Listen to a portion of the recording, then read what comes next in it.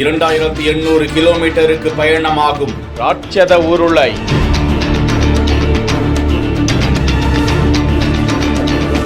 கடினமான பாதைகளை கடந்து 375 மெட்ரிக் டன்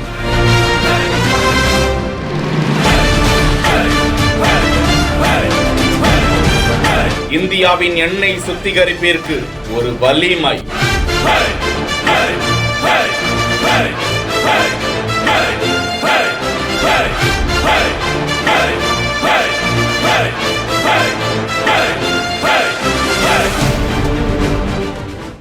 குஜராத்தில் இருந்து அசாமிற்கு சுமார் 2861 கிலோமீட்டருக்கு அதிபயங்கர ராட்சத லாரியினால் அந்த வேக்கம் டவர் கொண்டு செல்லப்படும் காட்சியை தான் பார்த்து கொண்டிருக்கிறோம். அசாமில் இருக்கக்கூடிய நீர்வழி தொழிற்சாலை எண்ணெய் சுத்திகரிப்பு நிலையத்திற்கு அது எடுத்து செல்லப்படுவதாகவும், பூமியிலிருந்து எடுக்கப்படக்கூடிய கச்சா எண்ணெயை சுத்திகரித்து இந்தியாவின் உள்நாட்டில் எண்ணெய் தயாரிப்பிற்கு பயன்படக்கூடிய இந்த மிகப்பெரிய வேக்கம் டவர் அசாமில் நிலைநிறுத்தப்பட இருப்பதாகவும் அது குறித்த காணொளி வெளியிடப்பட்டிருக்கிறது. அடுத்தடுத்து பல்வேறு திட்டங்களிலும் இந்தியாவின் வளர்ச்சி உச்சத்தை எட்டி வருவது குறிப்பிடத்தக்கது.